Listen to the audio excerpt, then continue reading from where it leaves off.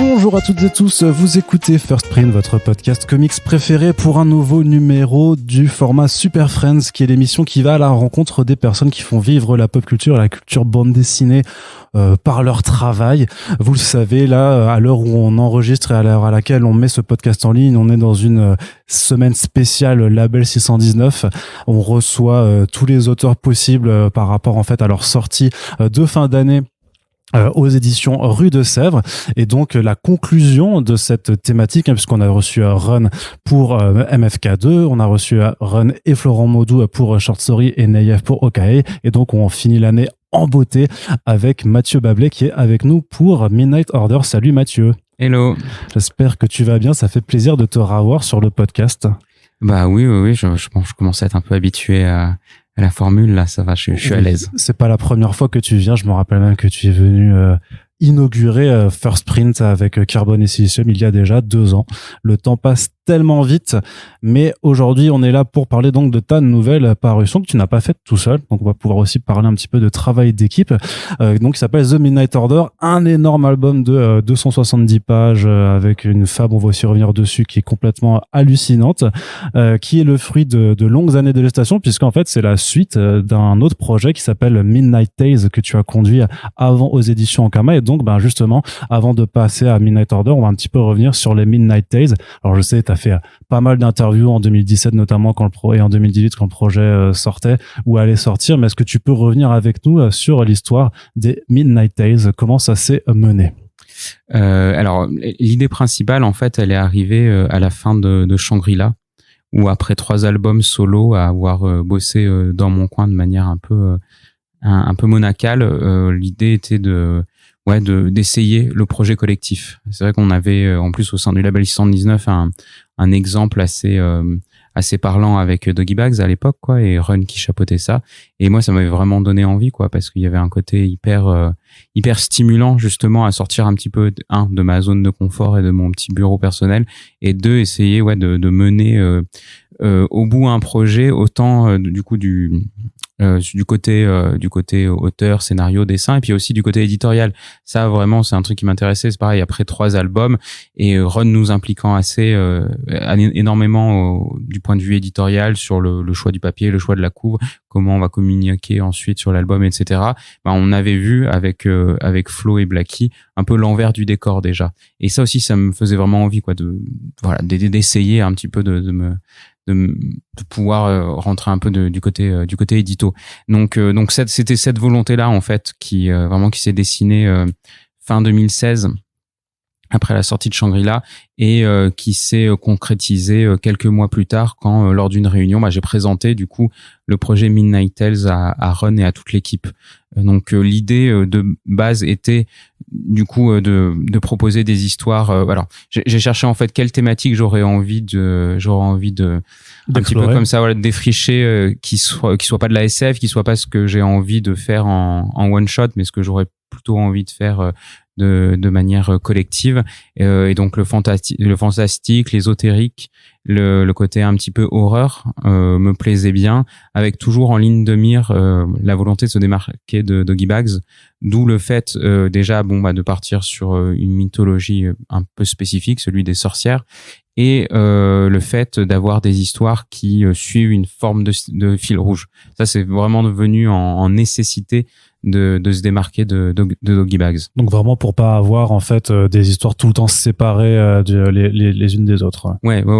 Et donc en fait l'idée de l'univers commun s'est imposée très rapidement et a été vraiment la pierre angulaire du projet, sachant que le mythe des sorcières, il m'intéressait pour plusieurs raisons. D'un point de vue purement fictionnel, c'est vrai que moi j'ai été biberonné à des séries comme Buffy contre les vampires, et Sailor Moon aussi, voilà. Et je te dis, j'ai lu tes interviews, donc je vais citer la troisième facette du projet, à savoir Lovecraft. Alors même si on est sur quelque chose de beaucoup plus léger ici, mais ça a été un peu les influences, et ce qui me permettait en plus de me réapproprier un peu la figure de la sorcière, que je trouve hyper intéressante dans justement ce qu'elle représente aujourd'hui, et comment différentes personnes se l'approprient de manière aussi très différente, de manière très politisée ou complètement apolitique, de manière très fake made ou de manière un peu enfin voilà, retour à la nature. Enfin voilà, il y a plusieurs choses qui comme ça qui se croisent, mais ce qui est intéressant, c'est de voir que c'est encore c'est une mythologie assez profonde, assez ancrée dans notre culture et qui permet en plus de dériver vers les mythologies du monde, vers la conception de la magie de par les différents pays. Donc fort de un peu toutes ces volontés, je crois que c'était en Angoulême 2017. Oui. Ah bon, tu connais vraiment les interviews par cœur. J'ai présenté quelques pages, un récit court à Ron et à toute l'équipe, en me disant bon voilà, c'est une envie. Il y a encore du boulot pour la concrétiser, ne serait-ce que sur est-ce qu'on part sur 3 histoires par tome, sachant que je voulais pas trop au début parce que justement ça faisait très doggy bags et que je me dis ah merde, est-ce qu'on va pas télescoper un peu les deux volontés. Donc au début on était parti sur presque des récits autonomes de 80 pages. Ouais, parce que j'avais même vu qu'au départ tu voulais faire des one shots de 80 pages justement par des artistes différents. Exactement, ouais, avec en fait il y avait une impossibilité assez flagrante, c'est-à-dire monopoliser quelqu'un sur 80 pages, c'est 1 an et demi de boulot. Enfin les artistes ils ont autre chose à faire probablement donc ça aurait été très compliqué. Payé, donc oui, mais tu sais, et bon, on pourra en reparler là sur Midnight Tales et Midnight Order. Trouver des gens disponibles à un instant T, c'est un enfer. Hein. C'est hyper compliqué. Mais toujours est-il que je pensais qu'il y aurait un peu des freins de la part de Ron, ou en tout cas une espèce de qui ferait office un peu de chaperon en se disant bon bah ok, pourquoi pas faire ton projet alors que t'as aucune compétence là-dedans, et puis moi je regarde un peu tout ça au-dessus pour voir que tout roule. Et non, il m'a dit ok, fonce et puis tu te débrouilles. Parce qu'on est en 2017, donc c'est quand même 2 ans avant que justement vous passiez co-éditeur au sein de la structure de la Label 619. Enfin, donc à ce moment-là, toi t'as pas d'expérience du tout dans la supervision de projet. Absolument pas. Oui, je pense, je peux même oser dire que rien que la fabrication du bouquin après qui passe de maquettiste à imprimeur, avec tout ce que ça implique en termes de correction orthographique, correction colorimétrique et de contraintes de fabrication, je l'avais pas du tout. Donc non, ça a été vraiment un saut dans l'inconnu, alors qui était hyper excitant. Et puis comme je me doutais pas de la charge de travail que ça impliquerait à l'époque, j'y suis allé vraiment tête baissée. Et voilà, et ça a pris encore quelques mois supplémentaires. J'ai été énormément aidé au tout début du projet par Blackie, par Baptiste Pagani, par Elsa Bordier, par Souria, qui allaient être un peu les artistes qui allaient débuter un peu le projet avec moi, et avec qui on a permis justement de cerner un peu comment l'objet en lui-même et l'univers devaient prendre telle ou telle direction pour être plausible et qu'on se sente à la fois un peu en dehors de Doggy Bags, mais en même temps il y a des trucs qui rappellent forcément. Il y avait une vraie volonté de base d'avoir quand même un côté littéraire, d'où la nouvelle, alors qu'on retrouve aussi dans le Low Reader et Doggy Bags, mais qu'on retrouve aussi ici, et des articles de fond qui sont aussi la formule et de Doggy Bags, mais qui me paraissaient importantes aussi comme remise en contexte ici. Puis quelque part il y avait à côté le succès de Doggy Bags, ce qui fait que ça pouvait plaire aussi. Enfin, ça pouvait être un argument même marketing, en fait, de dire vous avez kiffé Doggy Bags, regardez, c'est quelque chose qui y ressemble, mais qui a quand même assez de différence, sa propre tonalité pour s'en éloigner. Mais au moins la formule, vous connaissez un petit peu. Ouais, alors j'avoue que ça me faisait un peu peur parce que justement, je savais qu'en termes de comparaison, quoi. Mais ouais, alors oui, déjà, ça fait flipper, sachant que j'avais pas le bagage et l'expérience de Ron à l'époque. Et en plus, on était vraiment sur une différence de ton. Enfin, je le savais dès le départ, notamment par une volonté d'être dans des histoires. Alors on n'est pas forcément dans du récit ado, mais j'estime qu'on est dans un truc un poil plus jeune que moi, ma production, que ce qu'on peut trouver dans du Doggy Bags. Il y a peut-être une tonalité un peu moins exploitation aussi par un moment, même si t'as quand même des histoires qui sont sacrément violentes aussi, et même parfois surprenamment violentes en fait. Oui.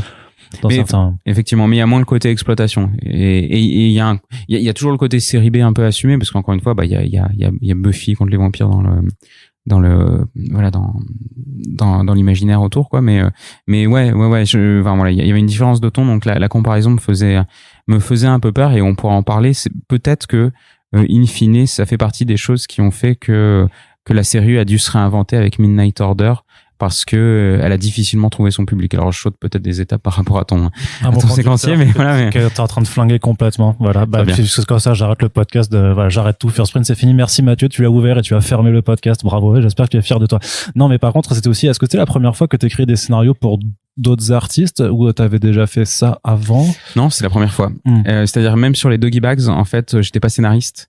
Et d'ailleurs, ça m'allait très bien parce que le but, c'était justement d'être au service d'un autre scénario, parce que c'est bien de se confronter à cet exercice de temps en temps, et ça permet d'avoir justement d'être imprégné aussi de la volonté artistique de d'autres personnes qui peuvent faire grandir un peu la manière dont moi j'envisage l'écriture d'un récit ou la mise en scène d'un récit. Donc c'était très bien sur Doggy Bags. Là, c'était la première fois que je devais écrire, donc gros syndrome de l'imposteur, parce que enfin ça j'aime à le répéter en interview, donc tu l'as peut-être déjà écouté, mais moi je suis vraiment devenu scénariste par accident, dans la mesure où La Belle Mort je l'ai fait parce que simplement je voulais vivre pleinement de la bande dessinée et pas avoir à faire un autre boulot à côté, et qu'il fallait que je sois scénariste et dessinateur pour arriver à cet objectif. Et donc voilà, La Belle Mort c'était un accident, enfin voilà, une expérience un peu empirique. Adrasté a été fait avec autant aussi peu de maîtrise que ça. Shangri-La, ça commençait à aller un peu mieux et je savais dans quelle direction je voulais aller. Et puis il y a que avec Carbone où je me dis oui, là j'ai des techniques d'écriture quoi un peu, mais bon, jusqu'à présent pas du tout. Donc ouais, c'était assez compliqué déjà d'écrire des choses et puis de les proposer à des personnes en disant j'espère qu'ils vont pas penser que c'est trop de la merde quand même. Parce que justement, quand tu vas leur proposer, c'est quoi? Tu leur proposes un univers et de participer à ça, ou tu as déjà des scénarios, des histoires, des différents chapitres? Comment ça se construit? Alors au tout début, dans Midnight Tales tome 1, c'était un peu les deux. C'est-à-dire qu'il y avait une vraie volonté de proposer justement une bible graphique. Donc il y avait vraiment un document que je fournissais à tout le monde où on avait les tenants et aboutissants de l'univers, les limites, c'est-à-dire de qu'est-ce qu'on pouvait raconter, dans quelle tonalité justement, quelles étaient un peu les thématiques que j'aurais aimé qu'on explore. Et donc ça, je l'ai passé à plusieurs artistes, et c'est pour ça que Florent Maudou, par exemple, a récupéré l'univers et sur le tome 2 a fait son propre scénario. Gax, alors c'était un peu particulier, mais aussi il est parti sur un peu son truc. Et de mon côté, je scénarisais aussi, notamment parce que c'était plus simple ensuite d'aller voir des artistes en disant voilà, en gros les histoires qui sont déjà sorties, là voilà, je trouve que c'est assez parlant et vous pouvez voir ce que vous pouvez faire avec. Ça c'était un très bon exercice. Je pense que voilà, de toutes les bonnes expériences que la série Midnight aura pu m'apporter, le fait de savoir écrire, enfin d'apprendre à écrire des scénarios pour les autres, donc être intelligible pour d'autres personnes que soi-même, et penser en termes de technique d'écriture, ça m'aura vraiment fait grandir. Et je pense que voilà, enfin notamment Carbone et Silicium et particulièrement Silent Genie, j'aurais pas pu les écrire si il y avait pas eu Midnight avant. Et là, en plus, où c'était vraiment un gros challenge sur Midnight Tales et ensuite Midnight Order, c'était que au final, voilà, j'aurais fait, je sais pas, j'aurais peut-être fait une 25 scénarios, non, peut-être un peu moins, enfin une vingtaine, disons. Et en fait, faut arriver à se renouveler. Les récits courts, c'est très compliqué. Enfin, c'est plus simple d'écrire un one shot parce que finalement, on se limite pas par la taille. Là, on se limite, on a entre 15 et 30 pages et faut être efficace dans l'introduction des personnages, de la situation initiale, dans l'élément perturbateur et ensuite le twist final ou en tout cas la fin. Et donc ça demande un vrai talent entre guillemets, et surtout en fait, faut arriver à se renouveler d'une histoire à l'autre. Ça, c'est très compliqué, parce que très vite, on se retrouve avec un peu les mêmes patterns, les mêmes personnages, le même twist final, etc. Et voilà, sans faire trop de flash forward, c'est ce que j'ai essayé de faire particulièrement sur Midnight Order, où je trouve que on peut avoir des histoires qui sont un peu plus justement teen movie ou plus justement ambiance à la Edgar Allan Poe, etc. C'est marrant parce que tu parles de la difficulté de se renouveler, enfin que le challenge c'est de pas se répéter plutôt que la difficulté de se renouveler, mais tu pars quand même dans un univers, en tout cas dans ton principe, si je pense que les bases étaient posées comme ça dès le départ, où tu dis que tu t'autorises à naviguer dans plusieurs époques temporelles, mais aussi à différents endroits géographiques. Donc concrètement, si tu associes les deux, techniquement, tu peux ne pas te renouveler du tout, puisque tu as toujours des nouvelles cultures à explorer ou des nouvelles périodes temporelles. Donc, c'est pas si compliqué. Et c'est ce que je pensais aussi. Et en me disant, le concept est infini. Et vraiment, en 2017, avec mes rêves les plus fous, de me dire, on peut faire des spin-offs, on peut faire, moi, après, je laisse une équipe faire son truc comme il veut de son côté. Il fait un one shot, il fait il fait des Midnight Tales one shot. Voilà, ou un Midnight Tales présente, vraiment pour plagier complètement Doggy Bags. Mais enfin voilà, et ce que je me disais, et en fait, je trouve que non, je trouve qu'en termes de simplement en termes de structure narrative, on tourne quand même souvent sur les mêmes choses, ne serait-ce que on a un personnage, il a des pouvoirs, il est confronté à une entité et à la fin il la vainc, ou si on veut faire preuve d'ironie dramatique, à la fin il gagne pas. Mais tu vois, enfin, je trouve qu'on est un peu quand même, on navigue toujours un peu au niveau des mêmes structures. Mais après il y a bien des séries télé, justement tu cites Buffy ou Supernatural qui ont fait comme ça en fait, qui ont fait des Freak of the Week et ce genre de choses là que t'aurais très bien pu faire en fait.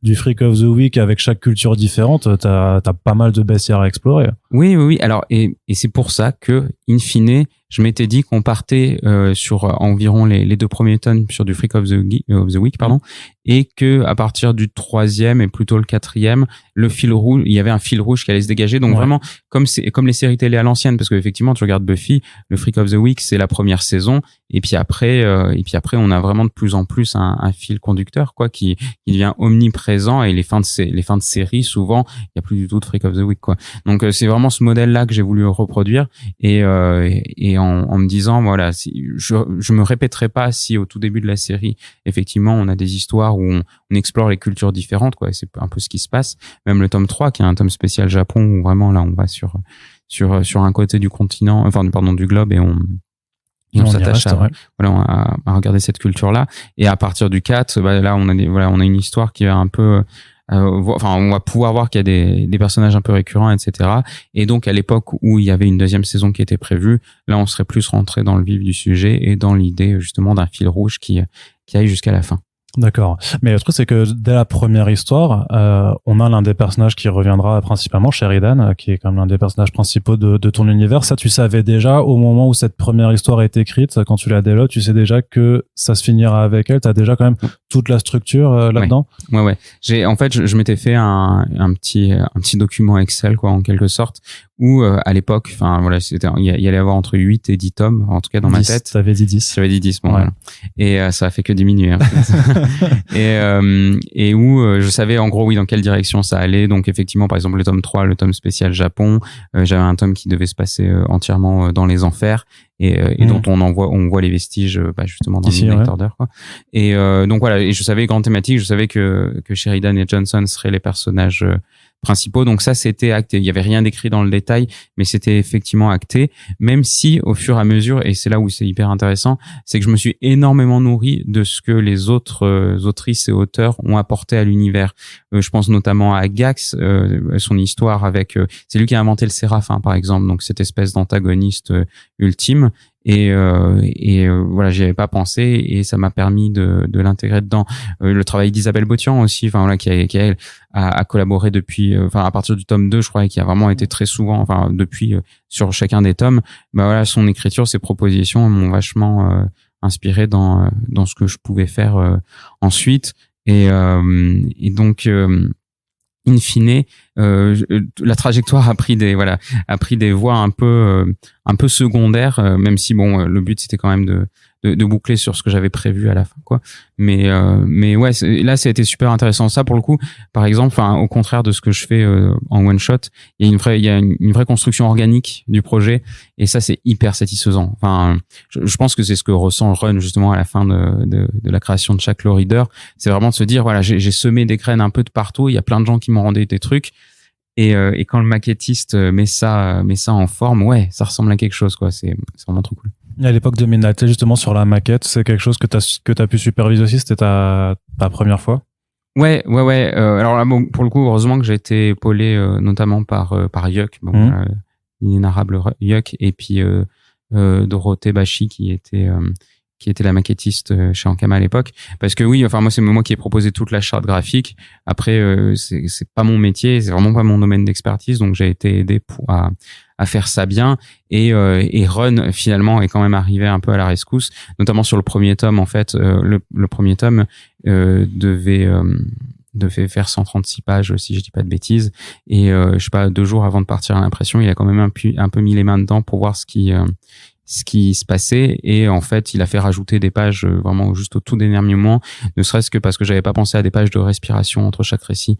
Alors c'est des trucs tout cons, hein, mais et lui il le fait par les fausses pubs, mais bon moi j'avais pas de fausses pubs, mais donc c'est pour ça qu'on a mis des pages avec des motifs un peu uniformes sur des pages, parce que simplement quand tu conçois un objet, tu peux pas balancer toutes les histoires les unes à la suite des autres et que le lecteur il soit un peu submergé par toutes ces informations.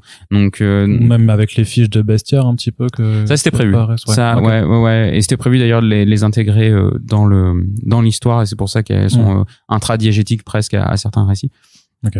Mais donc voilà, il y a eu beaucoup d'allers-retours, ça a été un sacré bordel pour arriver à ce que le tome 1 ressemble à quelque chose. Ça a été vraiment une épopée horrible de telle sorte, et c'est là où en plus c'est là où le retour du bâton en fait s'est fait à la fin du tome 1, où justement exténué on sort ce premier tome, et je sais pas 2 jours plus tard il y a Ankama qui m'appelle en me disant là par contre il me faudrait commencer à avoir des pitchs et des visuels pour le tome 2 parce qu'il sort dans pas longtemps, et c'est là que je me suis rendu compte que ça allait être ultra galère, parce qu'effectivement une sortie tous les 6 mois c'est infernal. Ah ouais, même avec cet espace de temps par rapport à... Ok, on va y revenir, mais quand même, je suis encore sur le premier tome. Alors c'est vrai que ceux qui nous écoutent, j'avais presque envie de faire un chronique de Midnight Tales, mais voilà, on va pas plagier non plus mes propres formats par rapport à Doggy Bags. Mais justement, pour les artistes que t'as récupérés sur le premier tome, c'était uniquement en fonction de leur disponibilité, ou parce que aussi tu connaissais leur style, leurs affinités, que tu savais aussi justement qu'est-ce qu'ils allaient pouvoir illustrer plus facilement? Là j'ai pris les copains, hein. Vraiment pour le premier je me suis pas posé la question, et même si très rapidement c'est posé la question de se dire il faut des autrices, parce que déjà dans un projet collaboratif et collectif, c'est normal qu'il y en ait, et particulièrement parce que là il y avait quand même une volonté de traiter des thèmes un peu féministes quand même à l'intérieur, donc bon à un moment fallait pas qu'on soit qu'entre mecs, et pour autant mis à part Claire Barbe qui fait les articles et Elsa Bordier qui fait la nouvelle, on n'est que des mecs sur le tome 1, mais parce que moi il fallait que je sois avec des gens que je connais et qui travaillent bien. Enfin je veux dire, il y a un truc on s'en rend pas vraiment compte, mais le tout n'est pas d'aller chercher des artistes quel que soit leur genre et ensuite de leur donner le scénario et d'attendre que le bouquin que l'histoire soit finie. Non, il y a un travail éditorial assez pointu à faire avec des retours sur le storyboard, sur le crayonné, sur l'ancrage, sur la couleur, et surtout des délais à respecter. Et ça, on pourra en parler parce que j'ai pas eu trop de problèmes sur le tome 1 parce que justement, je connaissais les gens avec qui j'étais et je savais qu'ils bossaient vite, et que dès le tome 2, ça a été un petit enfer parce qu'en fait, tout l'enjeu était de trouver des gens qui étaient disponibles, qui avaient une affinité avec le style global qu'on retrouve dans Midnight Tales et qui respectaient des délais. Et voilà, si tu combines les trois, en fait, tu cherches une perle rare à chaque fois, quoi. Parce que c'est si dur que ça, en fait, de trouver quelqu'un qui tient ses deadlines. Ouais, ça a été un peu chaud, ouais. On a eu des moments où le bouquin a failli sortir vraiment avec une histoire en moins, quoi. On pourra développer ça, par exemple, sur le tome 2 parce que c'est là que ça a commencé, et d'ailleurs c'est pas du tout pour taper sur tel ou tel artiste, hein, parce que c'est compliqué la BD, parce qu'on a tous plein d'impératifs, mais toujours est-il que en fait on se rend pas tout à fait compte aussi que c'est ultra serré, quoi. En gros faire des projets comme ça, faire 30 pages en 3-4 mois, tout le monde peut pas le faire. Enfin, tu vois, alors même si la jeune génération est de plus en plus rapide parce qu'elle est habituée au roman graphique, quoi, mais toujours est-il que c'est pas évident. Et je sais que Run fonctionne différemment, c'est-à-dire que lui, dans la tête, il a les 5 prochains low readers et donc autant et donc 15 scénarios, et qui prend tellement d'avance que finalement il peut y avoir 3 low readers qui sont produits en même temps, et du coup il y a des artistes qui peuvent rester presque 1 an sur une histoire de 30 pages et c'est pas un problème. Moi j'étais pas capable de faire ça, clairement, parce que l'écriture déjà est quelque chose d'assez laborieux, toujours encore aujourd'hui. Ça, c'est la différence quand même par rapport à Run là sur les low readers ou Doggy Bags, c'est que Run scénarise pas toutes les histoires non plus. Oui, alors vrai. Que toi quand même si t'as pu déléguer les scénarios de certaines histoires, tu fais la majorité. 80%, voilà. Oui, complètement. Oui. Alors même si faut rendre à César ce qui est à César, Run retravaille beaucoup de scénarios aussi, même quand il est pas crédité dessus. Mais toujours est-il que ça c'était énorme. Donc moi j'étais pas capable de faire ça. Donc au mieux, quand je finissais Midnight Tales tome 1, j'avais peut-être 2 scénarios de terminer pour le tome 2, pas encore contacté les 3/4 des artistes, et alors que le bouquin sortait dans 6 mois, quoi. Donc c'était vraiment compliqué, quoi, vraiment. Et quand tu avais choisi un petit peu les thématiques et les lieux pour ce premier tome, parce que donc on part avec justement le récit qui fait le plus un peu Buffy, on va dire, avec ces adolescentes et puis ce Mothman qui est l'esprit funeste, enfin l'esprit qui annonce des événements funestes. Après on part en Inde pour parler du rituel en fait du passage des morts vers l'au-delà avec le Gange. Et justement en fait dans un cas comme dans l'autre, c'est aussi des récits qui s'appuient sur des choses très concrètes en fait du raid, donc avec une vraie légende où on va rechercher, parce que dans les textes qui accompagnent, si on va rechercher les infos, on voit que c'est pas n'importe quoi qui est raconté. Oui. Alors ça en fait la dimension encyclopédique de la série, elle m'importait énormément, quoi. Là vraiment c'est vraiment ce que je voulais faire. Moi, c'est ce qui m'intéresse. C'était la cryptozoologie, c'est vraiment un truc hyper intéressant. Et là où en plus nous on voulait aller, c'était dans quelles conditions on peut en plus coupler ça avec des problématiques actuelles, et notamment à chaque fois associer là avec l'histoire en Inde, justement tout le côté mythologie de la mort et de l'au-delà, avec justement la condition des femmes, et le fait que c'est encore compliqué pour elles, enfin c'est encore compliqué, elles se font tuer littéralement pour plein de raisons, et notamment dans le biais du mariage.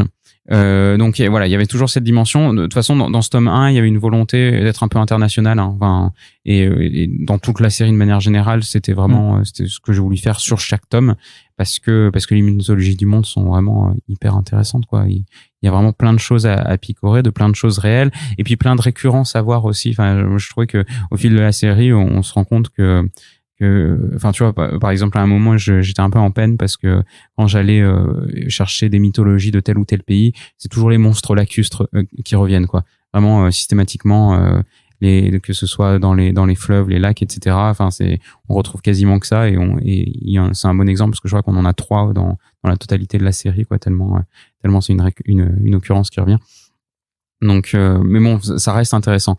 Et donc effectivement, je savais qu'il me fallait une histoire aux États-Unis, vraiment en hommage à Buffy contre les vampires, et aux États-Unis, il y a énormément de créatures hyper intéressantes. Chaque État se revendique de telle ou telle créature, quoi, que ce soit le Chupacabra au Nouveau-Mexique ou le Jackalope, je sais pas, dans les Rocky Mountains ou je sais plus quoi. Donc ça c'était vraiment cool. Celui de l'Inde, parce que justement cette dimension internationale, une problématique féministe dans l'écriture, et le fait que la mythologie indienne est vraiment passionnante. Puis c'était parce que tu avais fait un voyage là-bas aussi. Ouais, t'es vraiment d'accord. Mais oui, exact. Oui. Tu me suivais depuis combien de temps? Oui. En plus, je suis allé en Inde, et effectivement, Varanasi, là où se passe l'action, c'est une expérience en soi, quoi.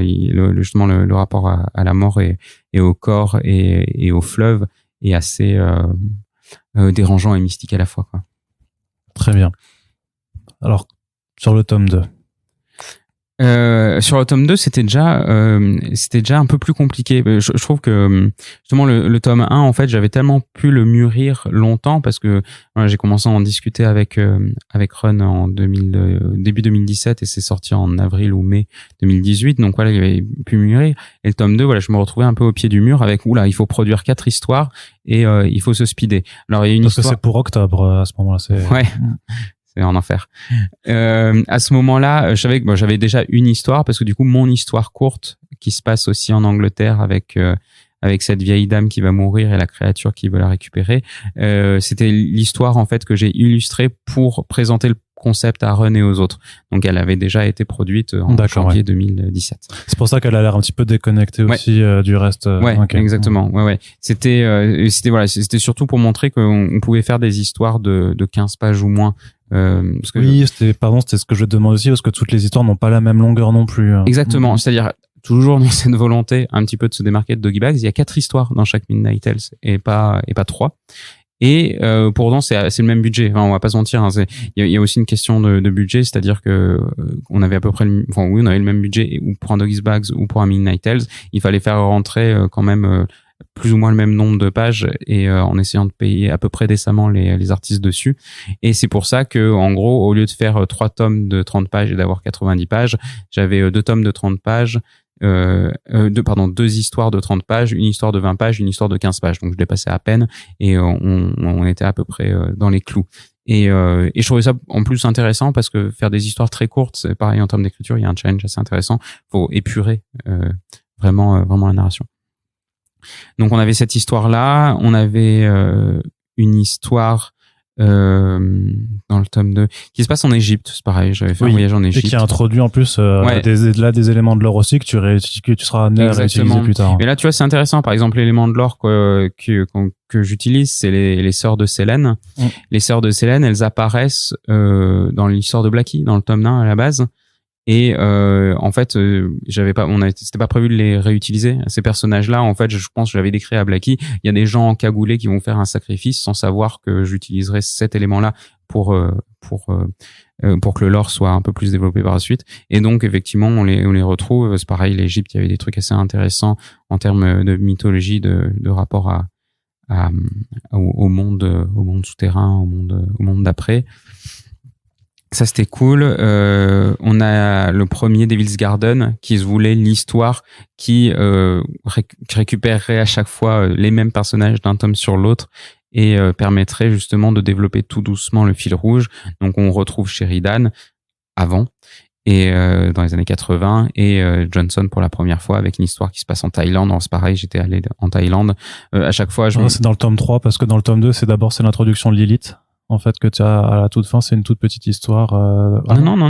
Non, la traduction de Lilith, c'est Gax. Gax dans le tome 1. Oui, pardon, c'est parce que j'ai le tome 3 qui se met dans le truc. Pardon, excuse-moi. Et oui. Mais non, donc voilà. Et donc c'est pareil. Le début, les lieux, ils sont quand même choisis parce que j'ai un peu une affinité. Je les ai vus. Et puis parce que de la même manière que pour Carbonificium, ça me paraît important de connaître un peu les lieux développés pour avoir un rapport qui est un peu plus intime avec ce que tu peux raconter dedans, quoi. Donc voilà. Et la dernière histoire, en fait, devait être l'histoire de Loïc Sécheresse, qui apparaît en fait dans le tome 4. Et c'est lui qui était à la bourre. Mais c'est bon, c'est pas grave, hein. Mais on va le shamer. Voilà, comment on lance des vagues de cyberharcèlement. Merci. Mais non. Tuto avec Mathieu Vavelet, merci. Et non, mais là où l'histoire est marrante, c'est que en fait, on n'avait pas de solution et il fallait faire une histoire de 20 pages. Et c'est là que Florent est arrivé à la rescousse. Et dans l'histoire du label 119, de Doggy Bags, Low Reader ou Midnight Tales, quand on a des problèmes comme ça et qu'il faut que quelqu'un fasse 20 pages en un mois... C'est Florent qu'on appelle. C'est Florent qu'on appelle, ouais, parce qu'il y a personne qui n'est capable d'avoir un travail aussi méticuleux, aussi qualitatif en si peu de temps. C'est une machine de guerre, quoi. Et c'est lui qui nous a sauvé les fesses. Donc, en faisant cette histoire sur la Mystery Mansion, la maison Winchester, merci, aux États-Unis, et voilà, qui a pu vraiment produire ça en un temps record. D'accord, ouais, mais ça aussi c'est pareil parce que tu prends des figures mythologiques, ou des figures de culture populaire qui sont assez connues. C'est comme l'histoire que tu dessines en Angleterre, qui là a une inspiration très Lovecraftienne aussi. Là, tu reprends l'histoire de la maison Winchester qui a inspiré quantité de bouquins, de films et d'autres bandes dessinées aussi. D'ailleurs aussi, toujours souvent très intéressantes à analyser. Donc il y a aussi une volonté de reprendre des choses que les gens peuvent connaître d'eux-mêmes. Tu veux pas les paumer forcément. Non, complètement. Non, et puis parce que c'est toujours pareil, c'est des mythologies qui sont liées à la pop culture. On essaie de faire un truc qui soit pop et donc ça joue, je trouve, et ça a son importance. Alors dans le tome 3, par contre, tu fais un spécial Japon. Ouais. Là, il y a que 2 albums qui sont déjà parus, mais pour le 3e, tu fais déjà, alors que Doggy Bags, ils ont attendu le numéro 12, je crois, pour faire le spécial Japon. Ouais. Alors, il y avait un truc. C'est que dès le tome 2, on savait que les ventes étaient moins bonnes. C'est-à-dire que très rapidement, il est apparu que ça marchait moins bien qu'un Doggy Bags et que ça marchait même pas très bien. Tu sais expliquer pourquoi? Alors, plusieurs choses. Parce que tu dessines pas bien. C'est les autres qui dessinent pas bien. Ah oui, c'est vrai, c'est pour ça, pardon. Non, en plus d'être à la bourre, il dessine pas bien. Bah, super, bravo. Alors, on parlait tout à l'heure de la ressemblance avec Doggy Bags. Je pense que les gens qui aiment Doggy Bags sont pas forcément les gens qui aiment Midnight Tales. Enfin, tu vois, en tout cas, je pense que notre cœur de lectorat peut se sentir un peu pas trompé, mais enfin voilà, qu'il y ait une distance quand même un peu entre les deux œuvres. Je sais pas, t'as des monstres Lovecraftiens, t'as des gens qui se font éviscérer, t'as des trucs super, des meufs qui se font couper les mains et tout ça. Enfin, c'est quand même super violent aussi. Enfin, si les gens viennent pour Doggy Bags pour le côté horreur et tout ça, puis même sur ta couverture, il y a marqué ésotérisme, mais avant il y a marqué épouvante. Donc, oui. Mais après c'est votre. Alors c'est mon intuition. Alors il y a plusieurs choses. Je pense que le fond du problème, c'est que le concept est flou à la base. Quand vous le présentez, en tout cas, les gens savent pas trop ce que c'est alors. Ouais, parce que et d'ailleurs, si tu regardes le pitch du tome 1, c'est on laisse à entendre qu'on va retrouver les personnages du tome 1 dans le tome 2, mais tous les personnages, comme si en fait les histoires du tome 1 allaient se poursuivre dans le tome 2. Donc Blackie allait continuer son histoire, Surya son histoire, etc. quoi. Oui. Parce que c'était pas facile de savoir où était le fil rouge en vrai, tu vois, si c'était sur les personnages ou si c'était sur chaque histoire qui allait continuer. Et ça, je trouve que déjà, il y a un peu de confusion là-dedans. Je pense que effectivement, j'ai pas été capable probablement de l'expliquer, mais parce que le concept n'était pas très clair pour moi non plus. Et de deux, parce que je trouve que ça perd le lecteur assez rapidement. D'autant plus que je pense que là où c'était un problème et que j'ai rectifié avec Midnight Order, c'est qu'en plus les histoires sont pas chronologiques. Et c'est un bordel sans nom. Enfin, tu vois, donc en fait, il y a, je sais ce que j'allais exposer, pas que c'est un bordel sans nom, mais c'est vrai que faut faire attention à chaque histoire, vraiment à cette page qui te dit le lieu de l'action et l'époque temporelle. Et notamment pour être sûr justement quand t'as des personnages récurrents comme Sheridan, de bien essayer de suivre qu'en fait effectivement en 2018 elle est vieille et que du coup tout se passe. Mais alors attention parce qu'entre 93 et 98 c'est avant qu'elle capture l'une et qu'elle capture l'autre, et ça alors, c'est pas compliqué en soi, mais quand t'es pas préparé, ça te demandera en tant que lecteur, en tant que lectrice, une petite gymnastique mentale pour bien situer les événements. Je trouve, ouais. Et puis, alors, si en plus tu rajoutes le fait que t'as des dessinatrices et des dessinateurs qui s'approprient les personnages qui ont pas le même style, et des fois ça peut être compliqué en plus de vraiment de reconnaître un personnage d'un style à l'autre, même si pour le coup là j'avais essayé de faire gaffe autant que possible. Enfin, tu vois, Sheridan, elle a sa natte, elle est rousse, elle est cheveux ronds. Enfin, tu vois, tu rajoutes le plus de caractéristiques physiques possibles pour qu'elle soit reconnaissable.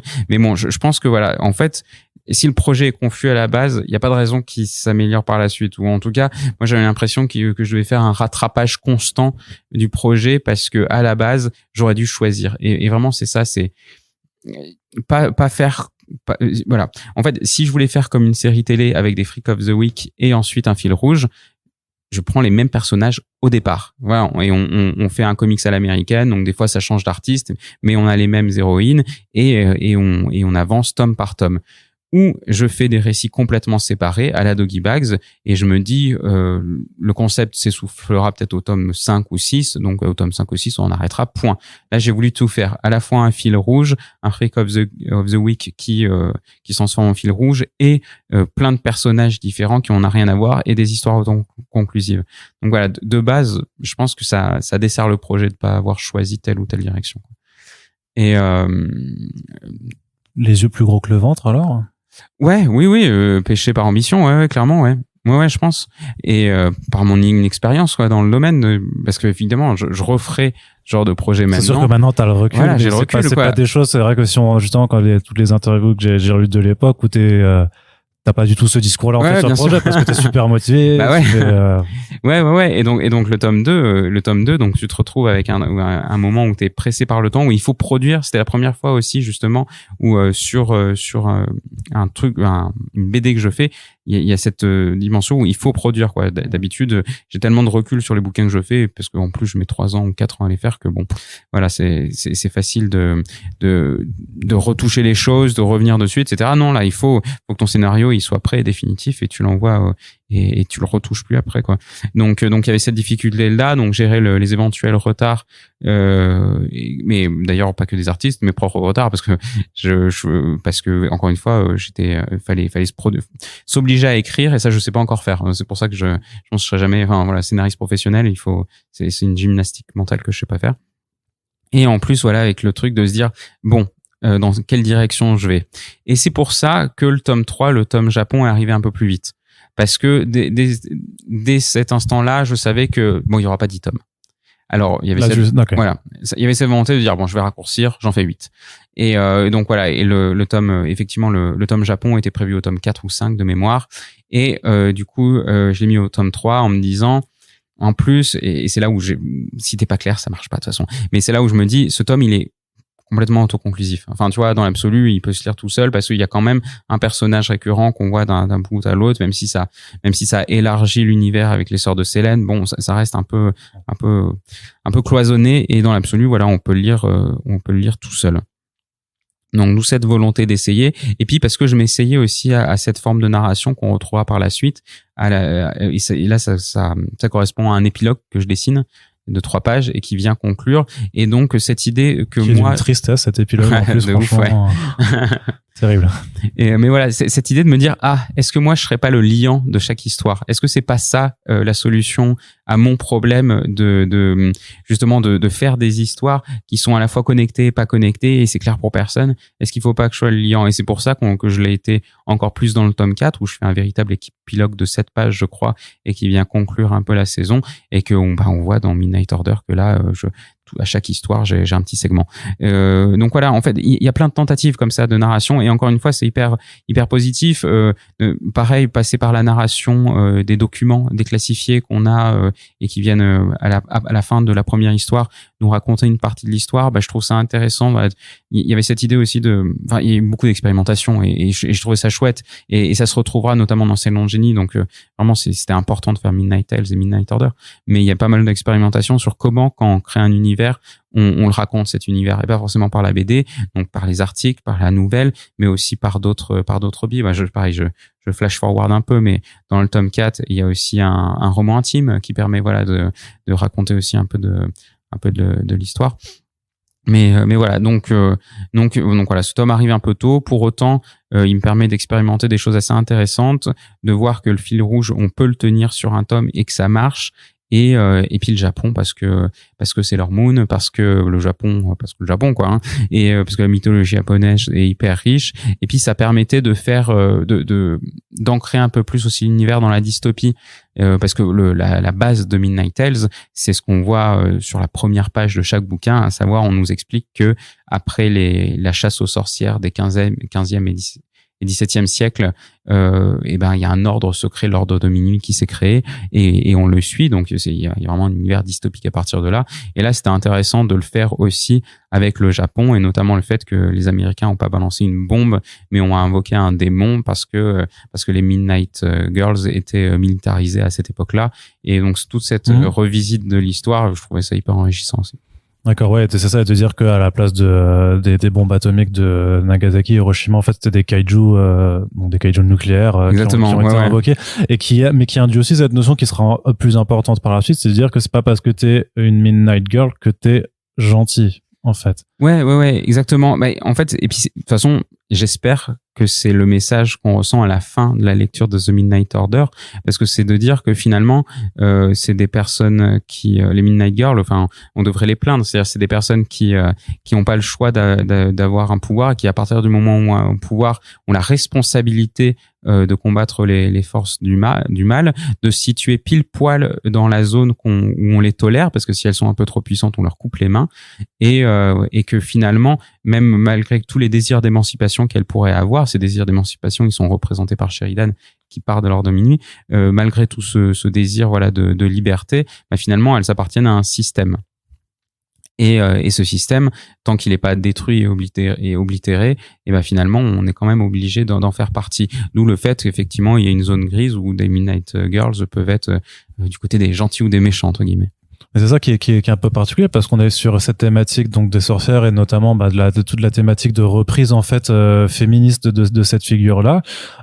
Et pourtant, tu fais quand même une organisation qui quelque part, enfin, elle est pas patriarcale, mais parce qu'elle est quand même dirigée par des femmes, mais qui est anti en fait féministe alors parce que c'est de la même façon qu'on impose aux femmes dans la société de se comporter de telle ou telle façon et de pas sortir de certains rangs en fait qui ont été imposés par la société. Les Midnight Girls en fait doivent aussi rester dans certains rangs qui ont été imposés par le Midnight Order. Ouais, alors en fait pour tout dire, alors je vais bifurquer sur la question, mais je vais y revenir. Quand il a été question de condenser la saison 2 pour en faire un one shot unique, il y a beaucoup de choses que j'ai dû enlever, et notamment j'ai dû enlever un tome où on confrontait l'ordre de minuit, où il était détruit et on s'apercevait que c'était des gars en fait à la tête de l'ordre de minuit dans cette. Alors moi je suis content de pas l'avoir fait parce que finalement c'est encore une confrontation avec une organisation puissante, ça faisait très Shangri-La et ça faisait, enfin voilà, c'était pas hyper intéressant en termes de narration, mais toujours est-il qu'il y a... Puis même est-ce qu'on t'aurait pas dit du coup les mecs c'est tous des méchants en fait, et les meufs Alors c'est possible, mais en fait ce qui m'intéressait c'est dans la symbolique, et donc là je rebondis sur ta question de dire que moi, quand je voulais te parler de féminisme, c'était, je suis pas concerné, donc c'était d'un point de vue extérieur. Et de ce point de vue extérieur, c'était de dire que même le féminisme, en fait, est obligé de vivre, d'exister au sein d'un cadre qui est le système dans lequel on vit, et que tant que ce cadre-là, il est pas oblitéré, et ben du coup t'es limité dans ton féminisme. Et donc c'est l'histoire de ces sorcières, c'est-à-dire que elles œuvrent pour le bien, elles ont une responsabilité, une espèce de charge mentale vis-à-vis du monde, celui de combattre, et pour autant le système c'est l'ordre de minuit, et elles sont obligées d'exister à travers ce système, et tant qu'il existe, elles sont pas entièrement libres de leur choix malgré toute leur bonne volonté. Et justement sur cette thématique féministe, alors tu dis aussi dans des interviews que tu voulais pas forcément que ce soit un point de passage obligatoire dans chacune des histoires, mais que si ça permettait de l'évoquer, tu allais le faire. Et je me rappelle notamment que dans le tome 4, t'as quand même l'histoire qui ouvre, qui est la plus frontale en fait, avec cette fille qui traverse des wagons d'un train où elle se fait, enfin c'est une histoire sur le harcèlement de rue en fait, enfin sur le harcèlement de façon générale. Où c'est là par contre c'est limite la plus frontale de toutes les histoires qui sont ouais, premier degré, et je suis allé voir d'ailleurs le Neb pour ça parce que je les connaissais et je savais qu'ils seraient premier degré, et pour le coup je leur ai demandé justement, moi j'avais le principe, c'est-à-dire un principe très jeu vidéo, c'est-à-dire une nana qui passe des wagons, enfin ou Snowpiercer, soit voilà, qui passe des niveaux, à chaque niveau un univers différent, et puis après vous racontez ce que vous voulez avec ça, et oui, alors ça a été trop compliqué encore une fois. Au début, sur Midnight Tales 1, j'écrivais les scénarios, mais notamment sur celui de l'Inde, il y a beaucoup de femmes qui l'ont relu, qui ont amendé le scénario pour qu'il soit, qu'il soit à peu près bien, quoi, même écrit par un mec. Par la suite, je me suis dit que c'était mieux quand il y avait des aspects très féministes, de laisser justement des femmes l'écrire, et c'est pour ça que l'histoire du Neb est écrit par elle, quoi, parce que elle même, mais parce que c'était important que ça soit pas moi qui m'en empare. Et je me suis dit qu'à un moment, effectivement, Midnight Tales, en tout cas pendant le tome 4, je me suis dit il va avoir encore 4 tomes, et ça peut être bien que moi j'écrive mes histoires du fil rouge et que je laisse à des gens qui ont un message, ou voilà, qui se servent de cette plateforme pour faire ce que j'essayais de faire depuis le tome 1, c'est-à-dire des histoires d'épouvante mais à message, quoi. D'accord. Et sur ce tome 4, alors tu recrutes aussi, il y a Neyef qui intervient dessus aussi pour une histoire aussi qui là est très violente. C'est parce que tu sais que dans ces univers souvent c'est très violent que tu lui fais ce genre de très macabre aussi, quoi. Oui, mais parce que moi c'est ce qui m'intéressait, vraiment le côté macabre. Encore une fois, la note d'intention de Midnight Tales, je pense que c'est mon histoire dans le tome 1. L'histoire très Lovecraft, avec justement l'ironie dramatique à la fin, où tu penses que t'as gagné mais t'as jamais gagné, quoi. Et donc voilà, avec Neyef, c'était des thématiques que j'avais encore envie d'explorer un peu, avec justement Zoltar, donc cette espèce de machine de divination, quoi, qui est encore un truc très très américain, super rigolo, et dans une histoire un peu violente aussi. Ouais, ça disons. et c'est peut-être pour ça, je reviens aussi sur la question, pourquoi ça a pas trouvé son public? Parce que moi, j'avais plein d'envie sur ce projet, vraiment énormément. Et peut-être qu'à un moment, c'est devenu aussi un fourre-tout où il fallait encore une fois choisir, peut-être. Mais toujours est-il que oui, là, pour le coup, il y a pas, enfin, si, je veux dire, il y a pas de notion de féminisme, il y en a un peu, parce que ne serait-ce qu'il y a du manspreading qui est désactivé par la magie à un moment. Donc, quand c'était l'occasion d'en placer aussi. Mais d'ailleurs, ça faisait partie aussi un peu de ta bible graphique, les symboles les gestuels des mains. Ouais. Et c'est pas un peu un truc relou que t'as imposé à tes artistes, parce que dessiner les mains, moi, je trouve que c'est super. Alors, personne ne s'est plaint. Mais oui, effectivement, le but, enfin, il y avait un côté graphique super satisfaisant, je trouve, en BD particulièrement. Et en plus, à la base, il y avait vraiment un truc, enfin, pour ouvrir un portail et projeter son enveloppe spectrale dans une autre dimension, il y a des gestes de main qui sont répétés de tome en tome, quoi. C'est-à-dire, dans l'histoire de Blackie, c'est pareil que dans l'histoire d'Alenva dans Midnight Order, quoi. Donc, en plus, il y avait une vraie volonté d'avoir un truc logique, quoi, avec ces gestuels de main. Et donc, alors, comment ça se termine un peu Midnight Tales concrètement? Donc, le tome 4 sort et je pense que tu sais avant que le tome 4 sort que ce sera le dernier chez Ankama ou non. Pas? Non, pas du tout. Comment ça se passe un peu ça? Non, c'est-à-dire le tome 4 sort, on sait que c'est la fin de la saison. Ouais. Et justement, parce que là, le tome 4 sort, quand le tome 4 sort, on commençait à avoir vraiment des retours et du nombre de ventes et que ça allait de moins en moins pour être tout à fait. Après, ça, c'est normal, l'attrition numéro par numéro. Ouais, mais là, c'était violent, quoi. Enfin, sans commune mesure avec ce qu'on peut trouver pour un Doggy Bags, par exemple, ou un funérail pour Flo. Mais non, là, pour être tout à fait transparent, en gros, on était à 8000 ventes sur le tome 1, ce qui était vraiment très bien. 5000 sur le 2, 4000 sur le 3 et 3000 sur le 4. Donc l'effet Japon avait pas plus fonctionné que ça? Non, effectivement. Donc déjà, c'était un bon constat de voir que ça avait pas plus que ça et que le tome 4, voilà, pas spécialement. Et on s'est dit, voilà, on part sur 4 tomes, ça risque d'être chaud, quoi. Mais Ankama n'avait pas dit non. Et donc le tome 5 était prévu. Le tome 5 marquait le début d'une nouvelle saison parce que en fait là on allait suivre que le fil rouge. Là on s'était concerté avec Run, Flo et Blackie pour se dire bon, on a peut-être justement perdu les gens sur le concept de la série et qu'il aurait fallu ou faire que des histoires indépendantes ou que du fil rouge. Là il faut retomber sur nos pattes, on finit l'histoire parce qu'il y a une histoire quand même au global. Et ça, elle commence à partir de la saison 2 et de ce tome 5 qui nous permet de finir en 4 tomes, voilà, l'univers. Donc voilà, j'étais très content de finir seulement en 8 tomes finalement parce que c'était long et fastidieux, quoi. Enfin, oui, t'étais déjà fatigué à ce moment-là. Ouais. Ah ouais, vraiment rincé, quoi. Parce que en plus, je faisais Carbone et Silicium en même temps, quoi. C'était vraiment pas raisonnable, quoi. Et encore aujourd'hui, je sais pas comment Run le fait, quoi. Enfin, ce n'est pas possible. Humainement, et je veux dire, à part si on est moitié humain, moitié robot. J'allais te dire que je suis allé chez lui, j'ai vu ses réserves d'huile et donc c'est un robot. Voilà, c'est là. Mais voilà, mais j'ai une admiration sans borne pour ce qu'il est capable de faire parce que voilà, en toute humilité, je ne suis pas capable de le faire et au bout du 4e tome de Midnight Tales, je me suis rendu compte que voilà, c'est pas possible. Toujours est-il que le tome 5 était en marche, que dans le tome 5. Non, ça c'est Macron, ça n'a rien à voir. Pardon. Désolé. J'adore l'humour. J'adore faire la fausse pub pour notre président dans un podcast. Le tome 5 était en train d'être fait, en fait, et allait sortir. Alors, il allait sortir avec un peu de décalage parce qu'on a eu le Covid qui a un peu qui a un peu décalé les sorties de 6 mois, quoi, en moyenne, quoi, pour toutes les maisons d'édition. Mais le tome 5 était terminé. Dedans, il y avait on commençait par l'histoire de Thomas Rouzière et Isabelle Botian, qu'on retrouve dans Midnight Order. Ensuite, l'histoire de Rours, l'histoire de Daphné Collignon et l'histoire de Soumi.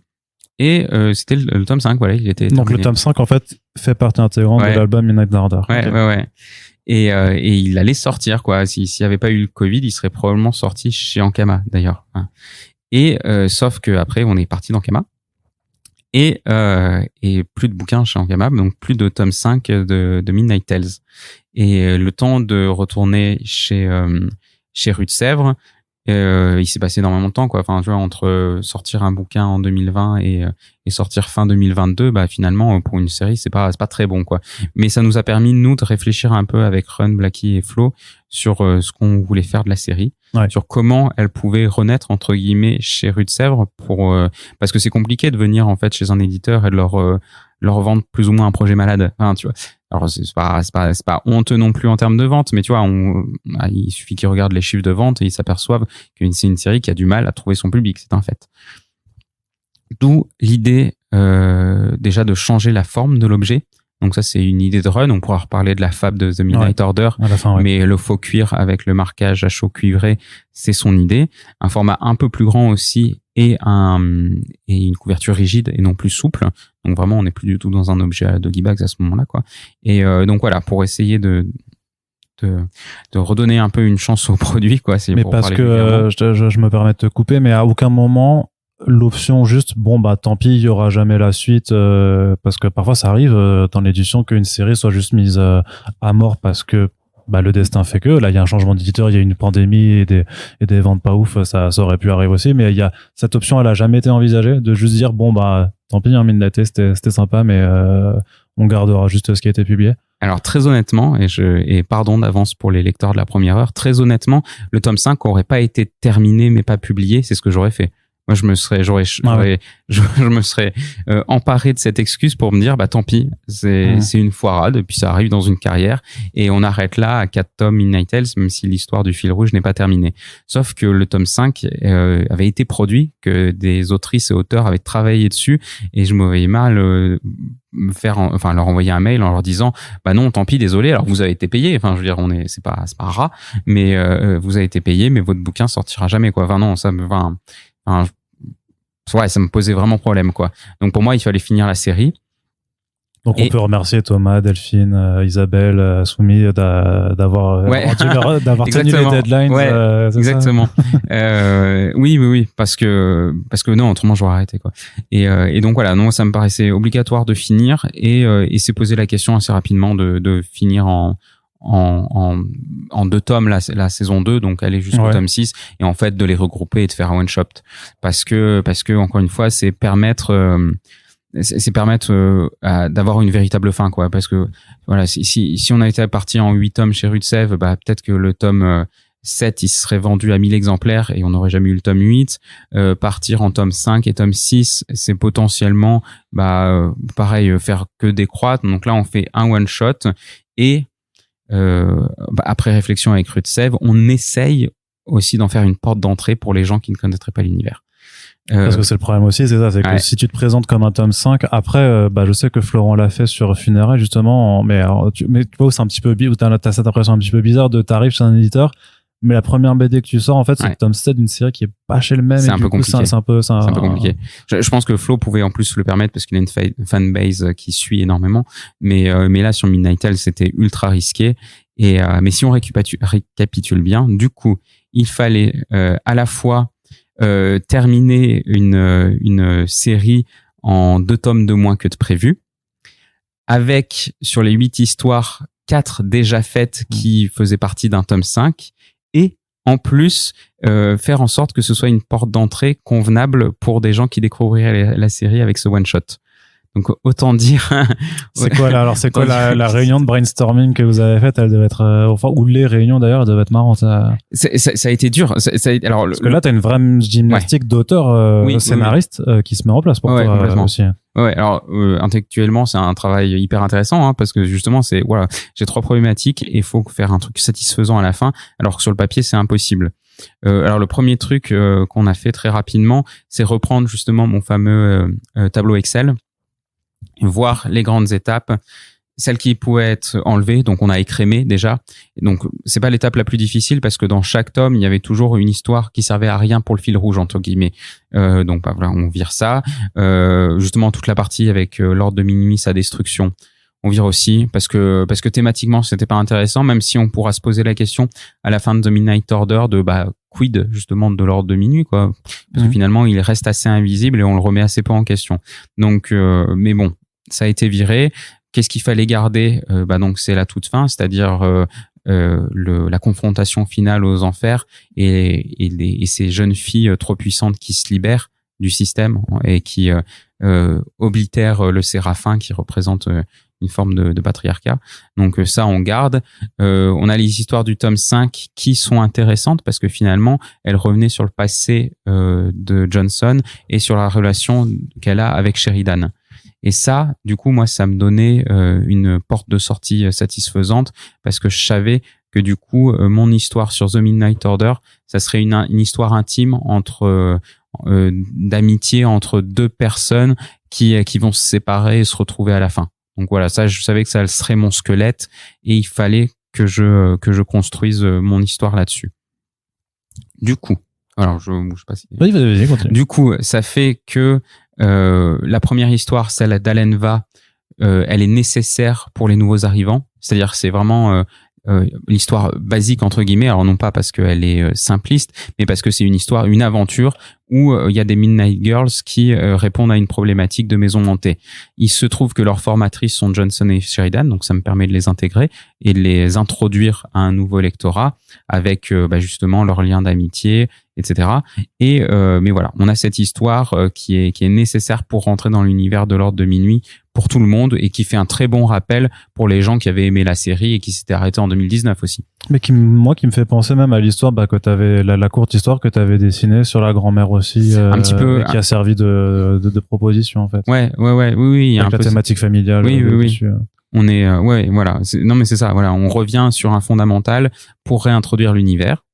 Ensuite, on a les 4 histoires qui étaient prévues dans le tome 5, donc qui reviennent sur justement le passé de Johnson, sa rivalité avec sa sœur, je vais pas spoiler, mais bon, enfin voilà. T'as déjà spoilé un peu. Je me suis mis de mettre une spoiler alert parce merci. Parce que t'as parlé de 2 heures d'arbre. Je me suis dit si les gens ils ont pas encore lu, ils vont. En général, ce genre de podcast ça coûte quand même vachement plus quand t'as lu la BD. Quoi. Ouais.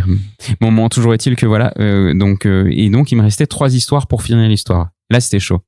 Là, pour le coup, alors heureusement, j'avais Tanguy Mandias qui m'a fait une nouvelle qui permet de boucher le gap de 20-30 ans qu'il y a entre 2 histoires, parce que ça, c'est pareil, en BD, tu peux pas le faire, quoi. Donc, heureusement, il y avait la nouvelle pour, en tout cas, pour, en fait, de manière plausible, voilà, combler les trous. Ça, c'était. Ça expliquait comment Sheridan revient chez elle et on arrive à la situation limite qui est de la Sheridan du premier tome. Exactement, voilà. Et parce que ça, j'étais obligé parce que Sheridan avait été introduit vieille, donc en 2022, elle est vieille, donc voilà, entre les années 90 et 2022, il fallait combler les trous. Donc ça, on le fait par la nouvelle. Et après, donc voilà, il me reste 3 histoires pour vraiment conclure de manière satisfaisante. Et là, c'est là où a été vraiment, vraiment le gros casse-tête. C'est-à-dire, qu'est-ce que je raconte pour que, à la fois, on comprenne où en sont les personnages 30 ans plus tard, surtout Johnson et Sheridan vis-à-vis de leur propre relation. Quelle est la problématique, c'est-à-dire toujours de sauver les jeunes filles emprisonnées qui sont restées là à la forteresse blanche, et comment on finit à la fin, c'est-à-dire quel est le message, sur quoi je veux finir. Alors je savais comment finir, enfin je veux pas divulgacher mon épilogue, mais ça je l'avais de manière assez certaine, quoi, ça c'était bon. Par contre, pour les autres jeunes filles, pour l'Ordre de Minuit, pour l'état du monde et des enfers à la fin de l'histoire, comment je fais, quoi. Et ça a été un peu compliqué, de telle sorte même que la dernière histoire, celle de Quentin Higo, il y a eu 3 scénarios différents. C'est-à-dire, je lui ai envoyé un premier scénario et il a commencé à faire le storyboard dessus. Et puis après, je lui ai dit, attends. Finalement, j'ai réécrit une bonne partie du scénario. Attends, avant de commencer de dessiner, je t'envoie le 2e scénario. Et puis une fois qu'il a terminé ses planches, je lui ai dit, Quentin, est-ce que ça te dérangerait? Tu vas pas m'aimer, mais tu vas pas m'aimer. Est-ce que ça te dérangerait de refaire un peu moins d'une dizaine de planches? Parce que finalement, j'ai rechangé une fois le scénario. Et j'avais pris Quentin en fait parce que cette histoire, elle a été faite très rapidement dans la mesure où le bouquin partait à l'impression 1 mois et demi plus tard, et il y a peu de gens qui sont capables de faire autant de pages en 1 mois et demi. À part Florent Maudou. Et Quentin a cette capacité à faire à peu près 5 pages par jour, ce qui est assez hallucinant. Okay. Un monstre. Ouais, un monstre. Et de telle sorte qu'il a pu, du coup, en même temps, en plus que la naissance de son enfant, vraiment pas le bon moment, non. Mais désolé d'avance, désolé pour tout ça, Quentin, mais voilà, me refaire des pages pour rechanger le scénario et le rendre plus conforme à ce que je voulais faire. Mais voilà, ça a été vraiment une grosse tannée que cette dernière histoire, parce que encore une fois, et conclure alors que on a 2 tomes de moins que ce qu'il y a de prévu, et que il faut enfin voilà, qu'il faut que ça soit satisfaisant pour tout le monde et même pour les nouveaux arrivants, ça a été très compliqué parce qu'il y avait ça, c'est-à-dire conclure pour les gens qui connaissaient depuis Midnight Tales, c'est bon, mais des gens par exemple qui n'ont jamais vu le Séraphin, donc l'antagoniste principal, qui n'ont jamais vu les enfers dans ce tome-là, comment tu fais? Donc c'est pour ça que le Séraphin est introduit justement en page 1 de l'histoire avec mon premier prologue, qui a toute une partie avec justement une fiche qui vient nous expliquer un peu son passé, parce que, et c'est pour ça d'ailleurs que quel que soit l'emplacement des histoires à la fin, toutes ont eu des dialogues retravaillés pour que, enfin, tu vois, même des histoires qui avaient du coup été faites en 2019, notamment, je pensais à d'Isabelle Botian et Thomas Rouzière, je leur ai demandé, est-ce qu'on peut changer tel ou tel dialogue pour que à la fin, moi, ça colle, quoi. Donc voilà, ça a été un casse-tête monstrueux, vraiment. Et c'est vrai que j'avais noté que la chose la plus évidente, en tout cas dans la chose qui a été construite pour, c'est notamment pour rappeler en fait qui sont Lilith et oui. Et sa collègue dont j'ai plus le nom là, qui était Lilith et Shantira, Shantira, oui. Ça, parce que là vous avez juste les fiches de personnages où tu dis là ça, enfin voilà, ça exactement. se voit que... Là il y a une nécessité effectivement à récapituler pour les nouveaux arrivants que ces personnages existent, que il faut qu'on fasse un peu comme s'ils les connaissaient déjà, alors que c'est pas le cas. Ouais, il y a 2-3 artifices comme ça, c'est un passage un peu obligé. De la même manière que des fois, enfin, tu vois, quand tu lis un comics, t'as souvent quand même des pages de rappel en début de chapitre, parce que pour te dire que 50 tomes avant, il s'est passé cet événement important. Non, mais tu sais que parfois même dans un même arc de 6 numéros, à chaque première page, t'as un personnage qui va dire 3 fois de suite, c'est vrai que hier j'étais dans mon salon, j'ai mangé un biscuit, et puis le chapitre d'après il dit juste j'avais mangé un biscuit, puis je l'avais de travers, et après je l'avais de travers et j'étais à l'hôpital, et donc ça va, c'est pas le pire truc. Alors, en fait, en tant que scénariste, c'est un procédé, enfin tu vois, c'est faire de l'exposition pour de l'exposition, tu sais que t'en as besoin, c'est très frustrant, t'essayes toujours de trouver un moyen de le faire d'une manière un peu originale parce que c'est le passage obligé, mais voilà, oui, là c'était effectivement obligé. C'est vrai que là-dessus, donc tu te dis aussi que tu vas faire le lien avec toutes les histoires. Alors que techniquement, Carbon et System, tu l'as déjà sorti à ce moment-là, quoi. Mais tu t'es en train de bosser aussi sur Silent Jenny et tu dis allez, parce qu'au total, tous les interludes que tu fais, plus l'intro et l'épilogue, ça te fait quand même aussi une trentaine de pages à te rajouter en plus. Ouais. T'as du temps libre, quoi. Non, j'avais pas de temps libre, et ça a été une galère ultime. Ouais. Est-ce que tu t'en es compte, je veux dire, t'en as conscience aussi quand parce que je veux dire qu'à partir de ce moment-là, t'es rodé maintenant, tu vois, t'es plus le Mathieu de 2017 qui découvre le joyeux monde du chapeautage de projet. Là, tu sais aussi ce que ça implique. Ouais. Et il y a jamais un moment où tu sens que ça peut être dangereux pour toi, mais je te parle même en termes de santé, de t'épuiser, tout ça, tu vois, de dire je sais comment faire tenir la chose un peu mieux pour que ça se finisse en un tome, tout ça. Par contre, va falloir que tu dessines 30 pages de plus que t'avais pas forcément prévu de le faire. Et puis à côté, il y a d'autres choses qui se rajoutent. Parfois t'as une librairie à designer, parfois t'as un set à faire, ce genre de choses, tu vois. Donc alors il y a la théorie et la pratique, c'est-à-dire qu'effectivement j'étais un peu plus rodé, donc en fait début 2022 je me suis dit moi voilà, j'ai besoin d'avancer sur Silent Jenny, donc la journée je bosse sur Silent Jenny parce que en plus je m'aperçois que ça me prend, enfin voilà, je vais pas non plus spoiler un futur mais du tout.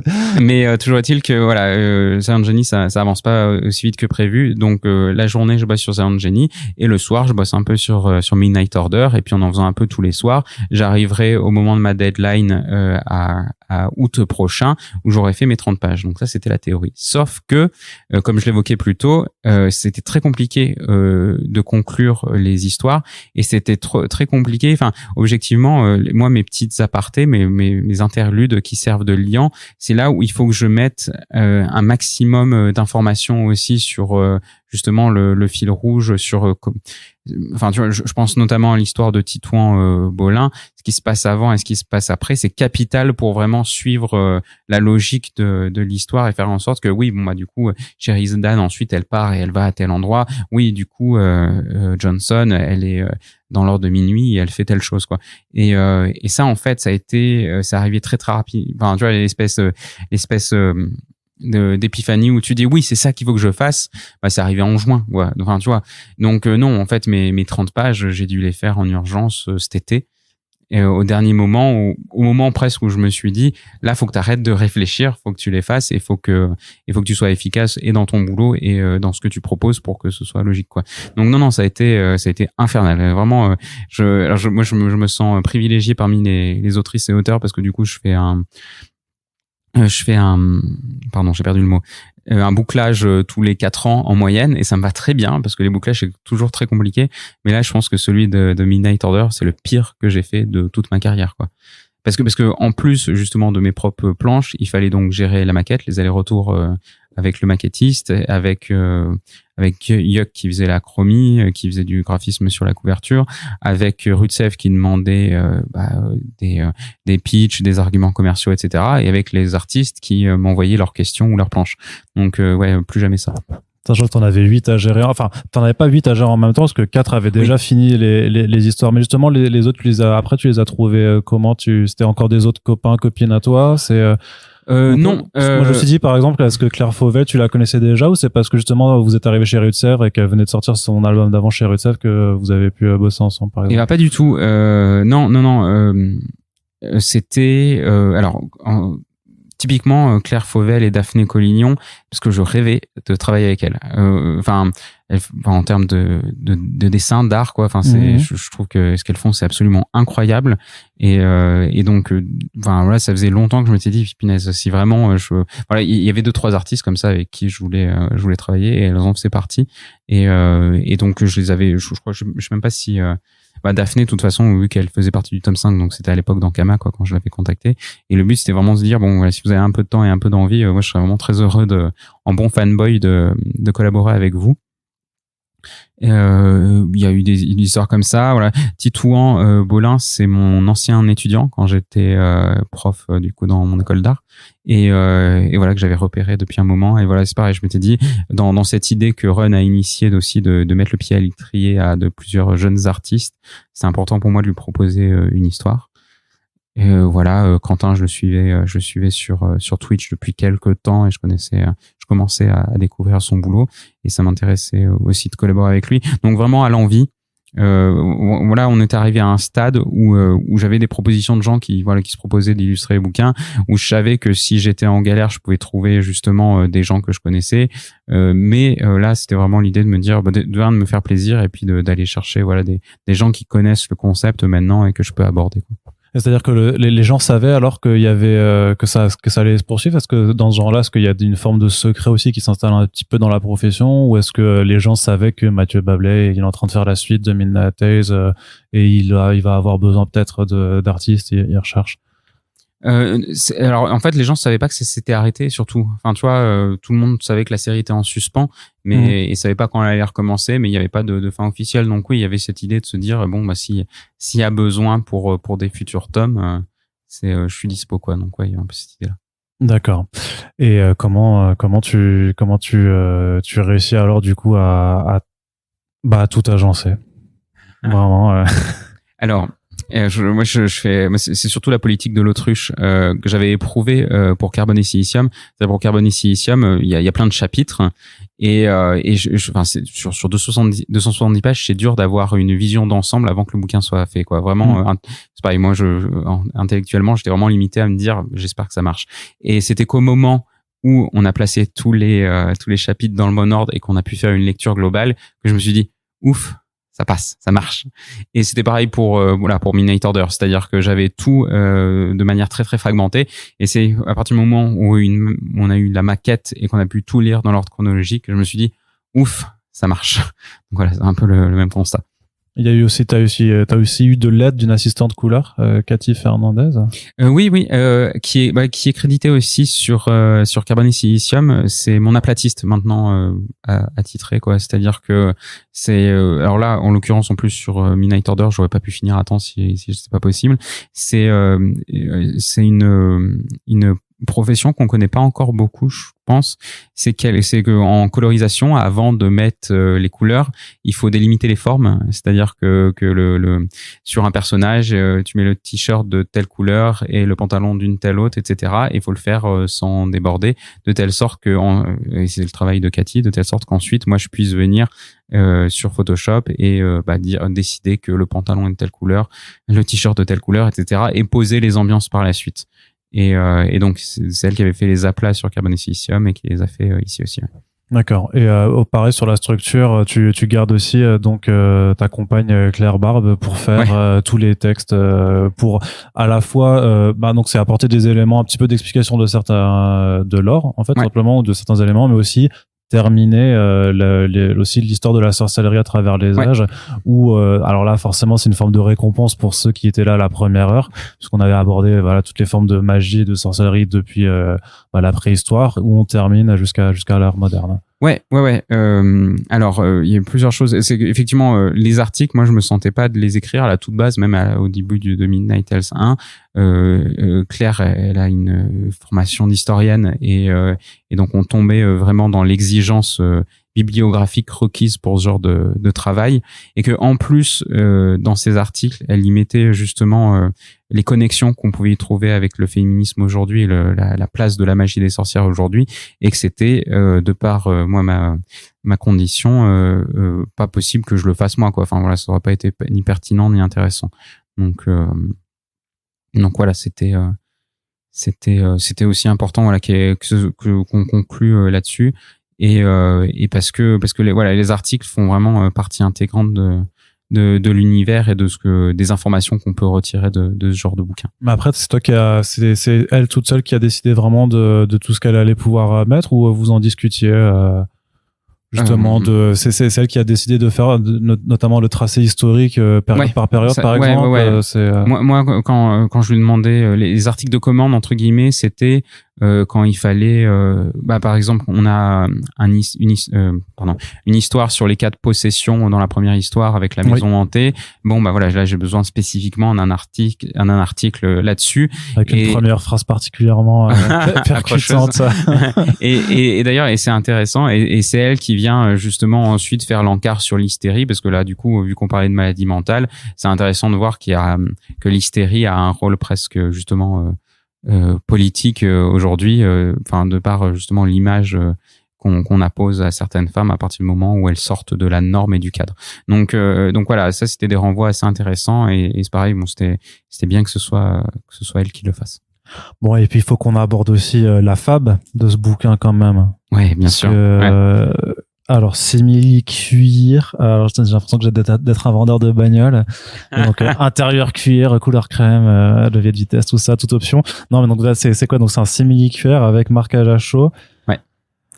Effet cuivré, c'est-à-dire que c'est vrai que la première fois quand on a vu, pas quand on a vu, mais de mon ressenti personnel, quand j'ai rédigé dessus pour annoncer qu'on avait les images de couverture et tout ça, c'est quelque chose. Puis quand tu reçois le bouquin et que tu vois, alors après, moi je suis habitué maintenant à vos délires de fabrication au label, mais quand tu vois le bouquin arriver la première fois, déjà, c'est vrai qu'au niveau de la taille, tu te rendais pas forcément compte de l'épaisseur, mais surtout, en termes de l'effet de fab, là, tu dis, ok, c'est un délire, parce que du coup, sur l'illustration que t'as fournie, c'est Yuck qui s'est occupé du design, d'avoir, cette impression, un marquage à chaud, d'avoir comme si tu avais apposé du cuir en fait, sur une couverture en faux cuir. Ouais.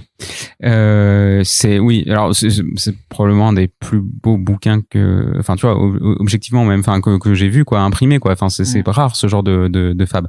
Donc encore une fois, il faut le coffret Motafukas 86 aussi avait ce genre de fait. Oui, et d'ailleurs, tu vois, le dénominateur commun c'est Run. Donc très clairement, c'est son idée. Et la même manière que c'est lui qui a créé la collection Mathieu Bablé avec le dos toilé 24 par 32, et qui est maintenant la marque de fabrique des gros bouquins qu'on fait au label 619 aussi avec A Short Story et Okae. C'est lui qui a eu l'idée. Il fonctionne vachement par vision. Tu sais, c'est le bouquin, je le vois comme ça, et souvent il tape dans le mille. Et là, en l'occurrence, il disait il faut qu'on ait une couve rigide en faux cuir avec et pas avec un Pantone, mais vraiment avec un marquage à chaud. Donc il faut savoir que ça a été encore une fois un petit défi technique.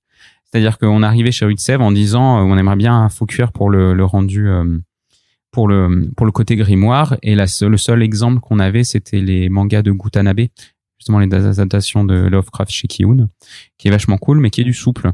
Ouais. Et Rue de Sèvres a dit bah non, on peut pas en fait, on peut pas faire sur du cartonné comme ça, c'est pas possible. Et Run dit bah non, et nous on l'a déjà fait chez Ankama avec les artbooks de Hey qui étaient en faux cuir, donc on sait c'est possible. Les imprimeurs ils vont un peu suer, mais c'est possible.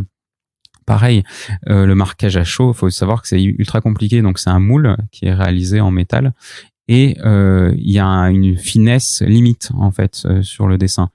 Et là en l'occurrence, nous on voulait quand même reproduire un côté gravure, et donc avoir quelque chose de très très fin.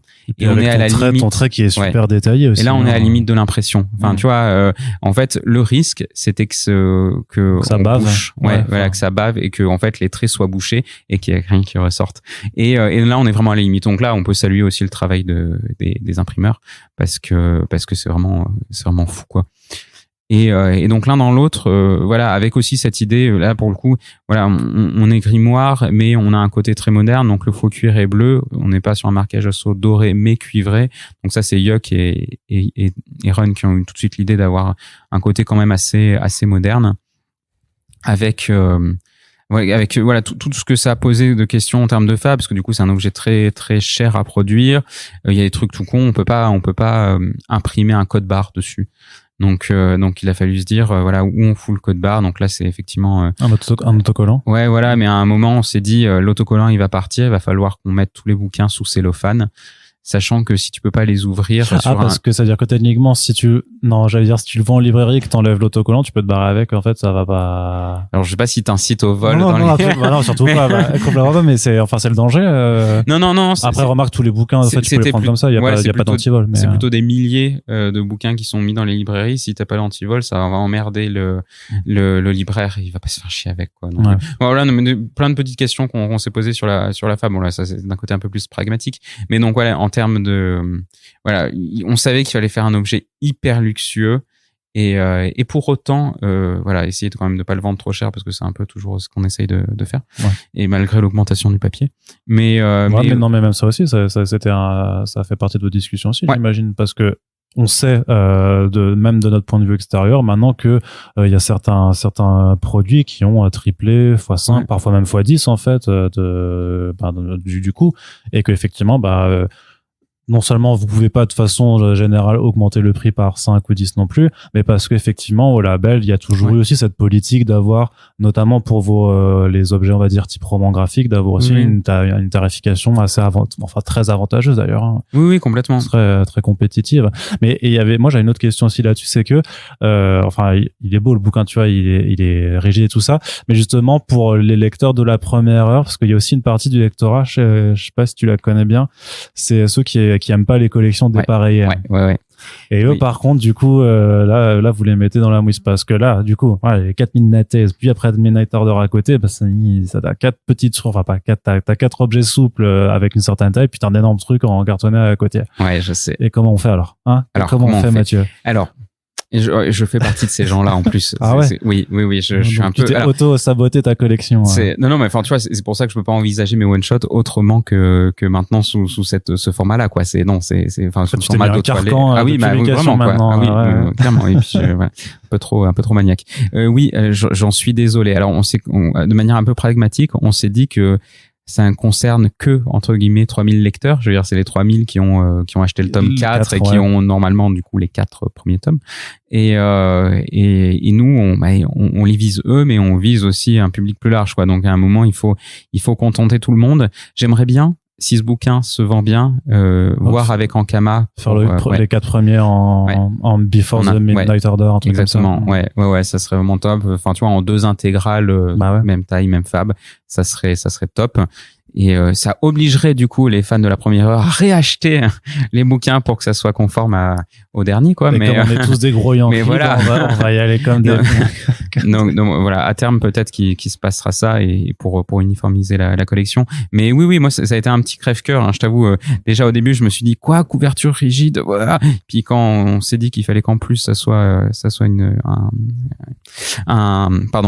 des dimensions un peu plus grandes, ouais, bah là on explosait complètement le truc, quoi. Bon, tant pis. Alors, qu'est-ce que tu en retires au final de cette longue expérience de 5 ans, en fait, hein, puisque du coup, c'est début 2017 que tu exposes la chose, et donc là, fin 2022, presque 6, en fait, même, hein, au total, de cette longue aventure collaborative. J'imagine que forcément, travailler avec les autres, c'est super cool aussi, mais que on a aussi un petit peu ressenti que ça t'est bien épuisant.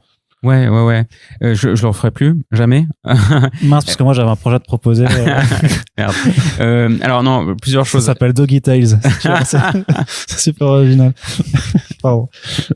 Ou Midnight Bags, c'est vraiment un truc très nul, quoi. Les sacs de minuit. Les sacs de minuit. Non, alors moi ce que j'ai trouvé vraiment passionnant, c'est donc le travail collaboratif. Ça, je sais que je referai parce que vraiment c'est cool. En fait, je trouve il y a un côté presque plus satisfaisant de mener à bien un projet collectif que mener à bien un projet personnel. Enfin, il y a un côté un peu magique parce que du coup, toi tu fais des trucs, mais les autres font aussi des trucs. Et tu sais, tu montes un peu la pyramide et il y a un truc. C'est plus magique pour un truc qui parle de sorcière. Évidemment. Le choix des mots. Évidemment. Donc ça, c'est très satisfaisant. Moi, j'ai gagné énormément en expérience en tant que scénariste. Vraiment, enfin, du coup, c'est tout con, mais à la fin de Shangri-La, j'avais fait 3 scénarios.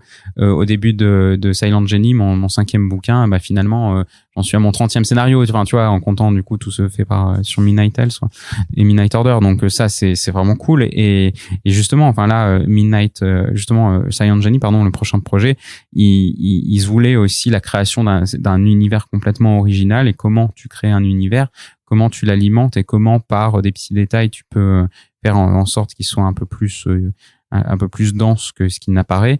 Bah voilà, ça c'est grâce à la série Midnight. Donc ça c'est vraiment trop cool. J'ai envie aussi, et ça de fait on le fait avec le label 119 maintenant, mais le côté éditorial je le trouve passionnant. Donc ce qu'on fait maintenant aujourd'hui en tant que suivi édito au sein du label, mais sur d'autres projets que j'aimerais bien monter aussi, donc d'autres trucs qui sortiront probablement d'ici quelques mois ou un an. Là on a des idées dans les tiroirs, mais parce que l'aspect éditorial et suivi de projets, ça me passionne. Alors, il y a toujours cette question un peu de légitimité à se dire t'es toi-même auteur, tu fais pas des trucs parfaits et pour autant tu te proposes de suivre et de critiquer le boulot des autres, mais au-delà de ça, et c'est ce que j'ai pu faire sur Okai par exemple là dernièrement avec Neyef, c'est-à-dire c'est en fait le vrai travail éditeur, c'est comment tu peux apporter des solutions et des conseils pour rendre le bouquin encore meilleur. C'est vraiment la philosophie de travail de Run, et c'est celle qui nous a transmise. Et ça, je trouve ça vraiment génial, quoi. C'est-à-dire, c'est pas faire d'ingérence, mais se dire que par plein de petits détails, ton bouquin il va être encore meilleur. C'est-à-dire que tu envisages aussi, en parallèle de Silent Jenny, alors de continuer à produire vraiment des scénarios pour d'autres personnes aussi, plus forcément sur du collectif, mais genre du one shot par exemple. Enfin bon là, Nayef il a écrit aussi Okai, tu vois, mais par exemple est-ce que tu aurais pu écrire Okai par exemple? Ouais, il y a des petites idées comme ça. Alors je sais pas ce qui va se concrétiser, mais ouais, il y a dans ce sens-là en tout cas, ouais, il y a des trucs qui devraient sortir. Ouais. Ah, il veut pas le dire. Non. Je vous le spoil. Il a un sourire là, il a un énorme sourire. Il a failli lâcher quelque chose, mais il ne le fera pas dans le podcast, hélas. Mais quoi que ça puisse être, de toute façon, tu reviendras très certainement nous en parler. En tout cas, je l'espère. En tout cas, merci beaucoup Mathieu de nous avoir accordé de ton temps, presque 1h30 quand même, hein, pour parler donc de Midnight Order et des Midnight Tales. Donc le Midnight Order, c'est disponible aux éditions Rue de Sèvres, donc un très beau bouquin. Il est énorme. Prenez un gros sac quand vous allez en librairie, c'est 25 €. Et ouais, j'avais comme dit, je sais pas, faites des selfies avec la couverture, parce que vraiment c'est. Alors faut pas juger un bouquin à sa couverture. mais quand elle est chiadée comme ça en termes de fab, ça fait toujours plaisir. Et puis Mathieu, je crois wink wink qu'on se reverra de toute façon dans le podcast tôt ou tard. Donc je te dis à bientôt. En tout cas, merci à toutes et tous de nous avoir écoutés. On espère que cette prog spéciale Label 619 de fin 2022 vous a plu. Si c'est le cas, je vous rassure, il y en aura d'autres. Et puis, on vous rappelle simplement que pour soutenir notre travail et celui des personnes qui y passent, qui viennent les présenter, faut partager le podcast le plus possible, voilà, pour faire découvrir Mathieu Bablé, son travail, le Midnight Order et les bonnes bandes dessinées, tout simplement. Merci de nous avoir écoutés et à la prochaine. Salut! Salut!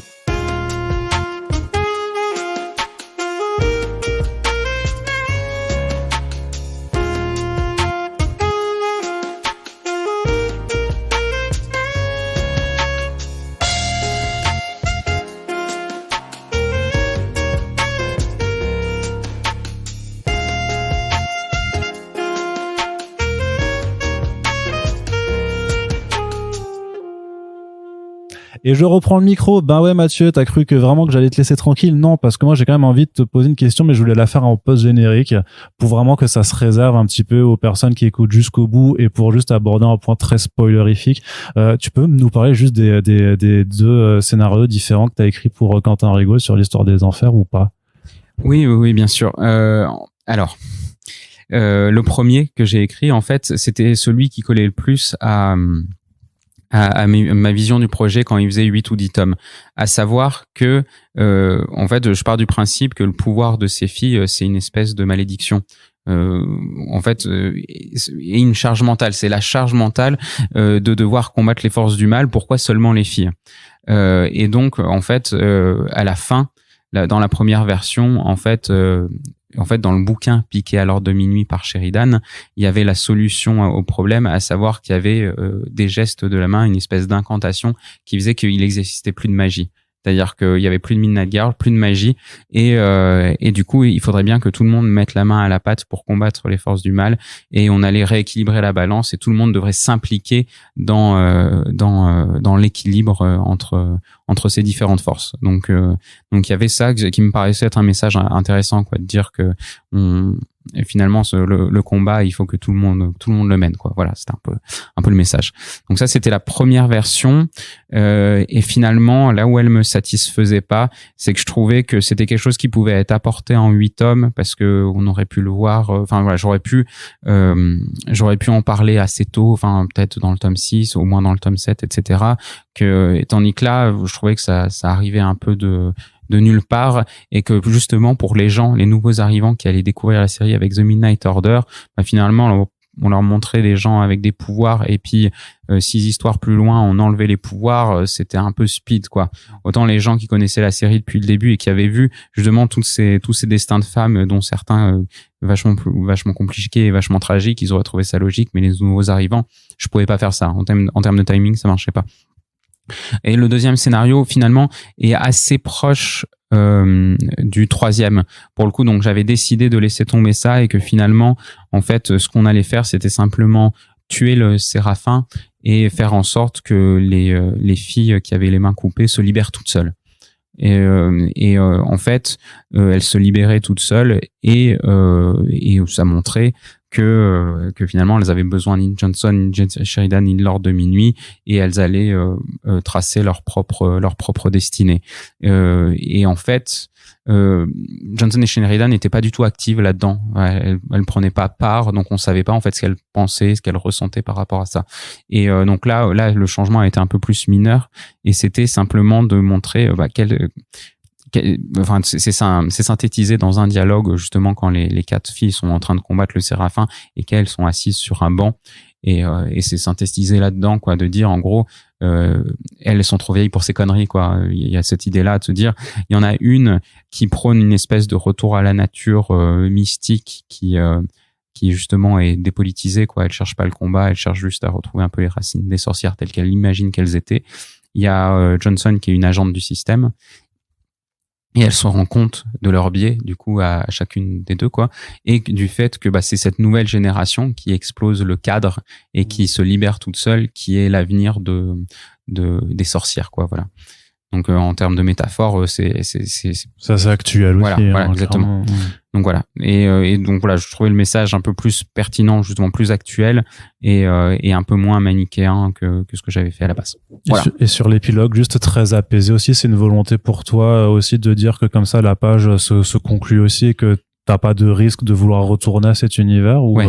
Ouais. C'est clairement ça. Oui, j'essaie de me vacciner parce que c'est tentant, hein, ne serait-ce qu'encore une fois de faire des Midnight Order présentes ou Midnight Order on shot. Enfin, tu vois, le truc est indiqué et dans l'absolu, on pourrait et je dis pas si le bouquin marchait bien, peut-être que, mais en tout cas, moi, en tant que directeur de collection sur du collectif, je sais que je pourrais pas, quoi. D'accord, très bien. Merci beaucoup, Mathieu.